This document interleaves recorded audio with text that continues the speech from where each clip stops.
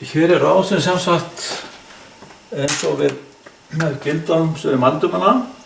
Við mældum spennuna hér yfir 195 volt, mældum spennuna viðnandi 10,1 volt og mældum ströminn í rásinni 21,4 mA. Og í dæmi 5 þá byrjum við að við reiknum út ströminn bara til að athuga hvort við fáum svipaða tölu við mælum. Við vitum spennuna hérna 10,1 volt og við mældum viðnami með ómæli 467 ohm.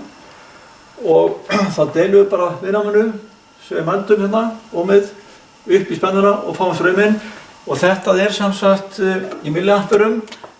Þessi sæti 3 hér eru milli, þetta er þá 21,6 milliampere.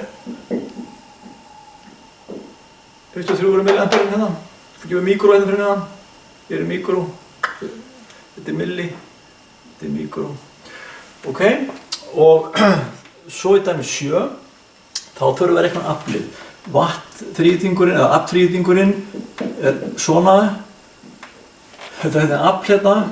Þetta er P í formúlum of power. Það er að setja hendinni við watt eða afl. Þá margfaldið sem er straumsinu spennu. Og nú þurfum við bara að vera með, það er að segja, aflið sem eðist þessum hlut hér er spennan yfir hann, sem er straumurinn í gegnum hann. Og aflið sem eðist í ljósdióðunni er spennan yfir hana, sem er straumurinn í gegnum hana. Og strömmurinn, við notum hérna mældgildi, hann er 21,4 mA og í amperum er það þá 0,0214 ampere.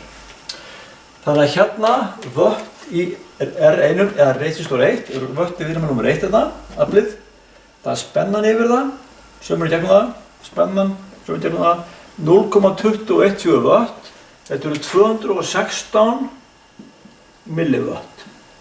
Þetta er í millisætunu hérna, þetta er í millisætunu.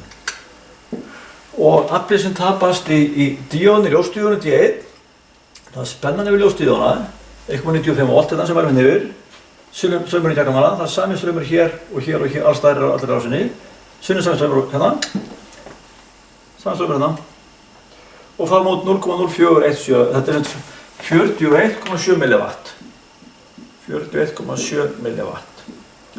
Hérna er millisætið, þessi fyrstu 3 hérna eftir núlunum, hérna, þetta er milli.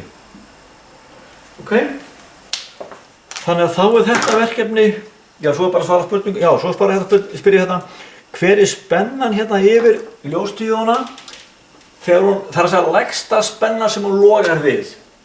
Þá lækkuðu bara spennugjáðanum hérna og mældu spennan hérna yfir og við 1,66 volt, eða 65 þá hætti hún að leiða, þetta var lægsta spennan sem hún logaði. Þannig að spennan má aldrei vera undir þessu gildi til að fá ljós og ljósdióðuna. Þá er ekki nefn þrýstingu hér á milli til að drífa í gegnum hana.